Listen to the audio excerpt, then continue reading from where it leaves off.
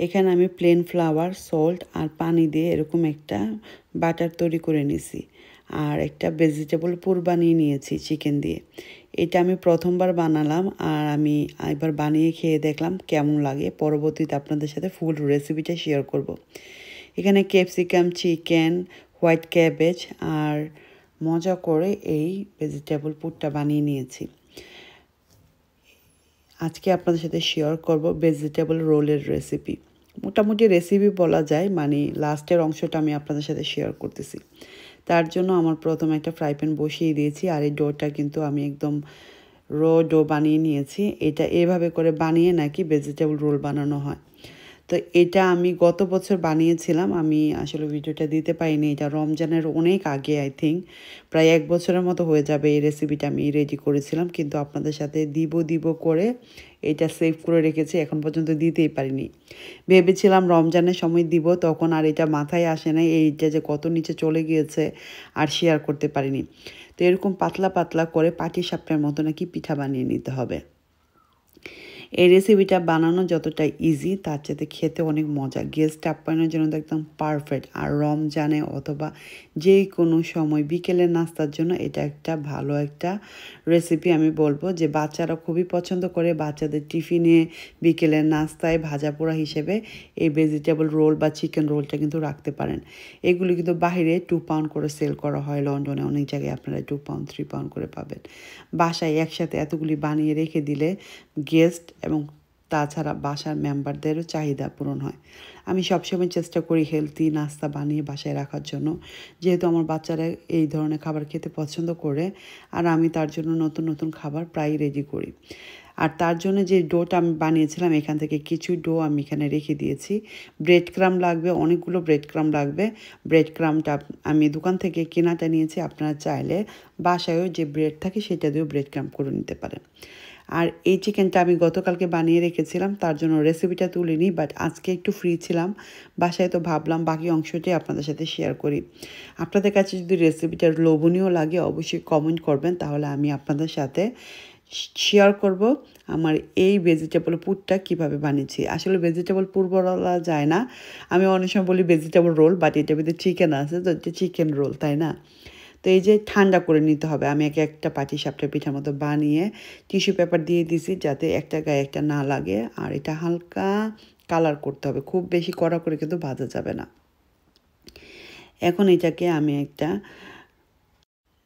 Chopping বোর্ডের উপর নিয়ে নিলাম। এটা আপনারা চপিং বোর্ড বা প্লেটের উপর নিয়েও করতে পারেন। আর ভেজিটেবল পুরটাকে হালকা একটু গরম করে নিয়েছি, খুব বেশি কড়া গরম করে কিন্তু দেওয়া যাবে না, তাহলে কিন্তু ব্রেডটা সফট হয়ে যাবে।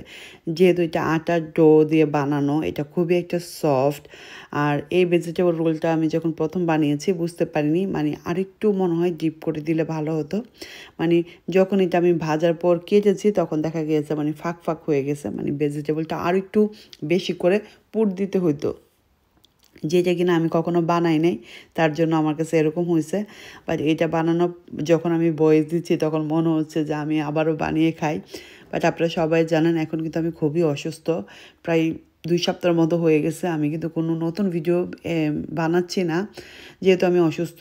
আর আমার এখন যে ভিডিওগুলো দেখবেন সেগুলো বেশিরভাগই দেখা যাবে আমার হাজব্যান্ডের ভিডিও আমি একটু একটু করে শেয়ার করতেছি, কারণ ওই এখন রান্নাবান্না বাসার কাজকর্ম করে, আমি পুরো ফুল বেড রেস্টে আছি। তো আমার এই ভিডিওগুলো অনেক আগের, তো এখন যখন একটু ফ্রি থাকি, কথা বলতে ইচ্ছে করে, তখন আপনাদের সাথে ভিডিওগুলো অ্যাড করি। আর আমার ভয়েস শুনে বুঝতে পারতেছেন আমি যে অসুস্থ, ভয়েসটা একটু ডিফারেন্ট আসতেছে, তারপরে গলাটা একটু ভাঙা ভাঙা লাগতেছে হয়তো। তো যাই হোক, এভাবে করে আমি বানিয়ে নিচ্ছি। আমি আবার একটা আপনাদেরকে দেখাচ্ছি। প্রথমে পুরটা মিডলে দিবেন, দিয়ে ওই যে আটা যে ডোটা আমি করেছিলাম ওইটা থেকে আমি কিছু আটা 2 ভাগে করে নিয়েছি।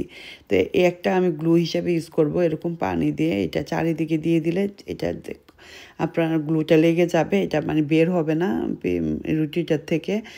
তারপর আপনার পরের প্রসেসিংগুলো করতে ইজি হবে। তো আপনারা যেভাবে ইচ্ছে সেভাবে করে নিতে পারেন, এভাবে মানে এটা বেসিকলি এটা একটা স্প্রিং রোলের মতনই। তো এটা হলো একটু নরম, এটার এটা ব্রেড ক্রাম দিয়ে করবো। এটা হলো ভেজিটেবল রোল বা চিকেন রোল। আমি রমজান মাসে চিকেন রোল 2 পাউন্ড করে কিনে আনছিলাম, বাট অনেক মজা ছিল। বাট এটা যদি বাসায় আমরা একটু কষ্ট করে বানিয়ে রেখে দিই, আপনারা এর সাথে 10-15টা 20টা 25টা বানিয়ে রেখে দিতে পারবেন। আর এটা কিন্তু হাফ করেও, মানে একজনে একটা খেলে এনাফ, আর হাফ করে কেটে দিলে আপনাদের বিকেলের নাস্তায় মেহমান আসলে এটা সুন্দর একটা ডিশ হয়ে যায় এবং খুবই পছন্দ করবে সবাই। তো এইভাবে করে সবগুলো আমি বানিয়ে নিয়েছি। দেখতেই পাচ্ছেন ভেজিটেবল আর চিকেনটা মোটামুটি শেষ হয়ে গেছে।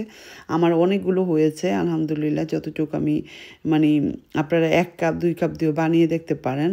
বাট একটু সময় করে যদি বানিয়ে রাখেন না, আমি বলবো বিকেলের নাস্তার জন্য হঠাৎ করে ঝটপট করে মেহমান চলে আসে, স্পেশালি বড় মেহমানদেরকেও আর চা নাস্তা দেওয়া যায় না, তখন তাদেরকে এই ধরনের নাস্তা ভেজে দিলে তারা খুব পছন্দ করে। তো আমি সবগুলো বানিয়ে নিলাম। আর এই যে দেখেন সুন্দরভাবে আমার কিন্তু এখানে 8-10টার মতো হয়ে গিয়েছে। তো আমি গুনতেছিলাম, বাট আমি কতটা গুনছি এখন আমার তো আর মনে নেই। তারপরে এখানে ব্রেড ক্রাম আর এই যে আটার ডোটা আমি একটু পাতলা করে নিয়েছি। আপনার চাইলে ডিম দিতে পারেন, তো ডিমটা একটু বেশি হয়ে যায় এতগুলো, তার জন্য আমি আটা দিছি। আর আটারটা কিন্তু অনেক ক্রিপসি হয়। আটার ভিতরে মানে খুবই পাতলা, জাস্ট একটু ভিজিয়ে নেওয়া যাতে আমার ব্রেড ক্রামটা ভালোভাবে লাগে। তো আমি 2বার করে দিয়েছি যাতে ব্রেড ক্রামটা একটু ক্রাঞ্চি হয়, কারণ প্রথমবার দিলে অনেক সময় বের হয়ে যায়, আটাটা দেখা যায় বেশি। তো এইভাবে করে আমি সবগুলো ব্রেড ক্রাম দিয়ে কোট করে নিব। এটা একটু ঝামেলা হলো, বাট একবার যদি আপনার কাজটা রেডি করে রাখেন না, এটা মানে খুব ইজি হয়ে যাবে।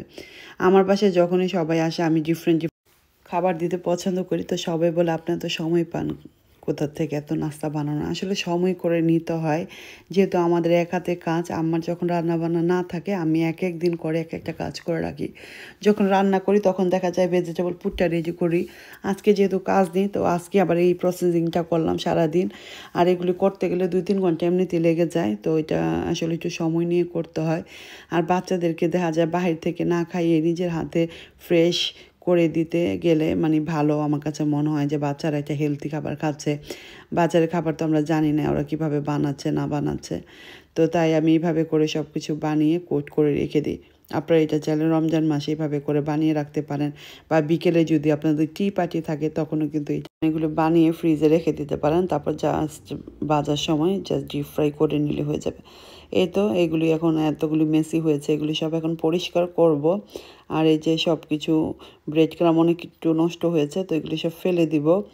আর এগুলিকে এখন আমি আপনাদের একটু ভেজে দেখাবো, আর কিছু আমি একটু আর এখান থেকে আমি কয়েকটা নিচে এগুলো আমি ডিপ করে রেখে দিব যাতে নেক্সট টাইমে আবার ভেজে খাওয়া যায়। আর খেতে অনেক মজা হয়ে থাকে, আর মেহমান আপ্যায়নও খুব ইজি হয়ে যায়। জাস্ট ফ্রিজ থেকে নামিয়ে 5-10 মিনিট রেখে আপনারা বা মাইক্রো ওভেনে দিয়ে তারপরে এগুলিকে 1-2 মিনিট পর এগুলিকে ডিপ ফ্রাই করে নিলে একদম সেম ক্রাঞ্চি হয়ে যাবে। এগুলো আমি ফ্রিজ করবো। আর এগুলি গোল্ডেন ব্রাউন করে ভেজে নিচ্ছি। তেলটা গরম হলে দিয়ে দিবেন, দেখতেই পাচ্ছেন উল্টিয়ে পাল্টিয়ে গোল্ডেন ব্রাউন করে ভেজে নেবেন। আর উপর দিয়ে আমি তেল দিয়ে দিচ্ছি। কালারটা অনেক সুন্দর হয়েছে আর খেতে অনেক মজা হয়েছিল। আমি বুঝতে পারিনি যে এতটা মজা হবে, আমি এত মজা করে এটা বানাতে পারবো। তো নেক্সট টাইমে ইনশাল্লাহ ইচ্ছা আছে রমজানে আবার হয়তো আপনাদের সাথে ফুল রেসিপিটা দিব। বিকেলের নাস্তা এটা বানিয়ে রাখতে পারেন। আমি তো আরেকদিন বানাবো, তো রেসিপিটা তুলে রাখবো ফুল রেসিপিটা। ভেজিটেবল পুরটা কীভাবে বানাতে হয়, আসলে এটা মেন হলো ভেজিটেবল পুরটা যত মজা হবে এটা খেতে এত বেশি মজা হবে। তো এই তো গরম গরম এটাকে কেটে সার্ভ করবেন যে কোনো টমেটো কেচাপ বা চিলি সসের সাথে। আর এই যে বলেছিলাম পুরটা যে কম হয়েছে এর জন্য একদম ফাঁক হয়ে আছে, দেখতেই পাচ্ছেন। পুরটা বেশি হলে একদম ঠাসা থাকতো। তো খেতে অনেক মজা হয়েছিল। তো থ্যাংক ইউ ফর ওয়াচিং।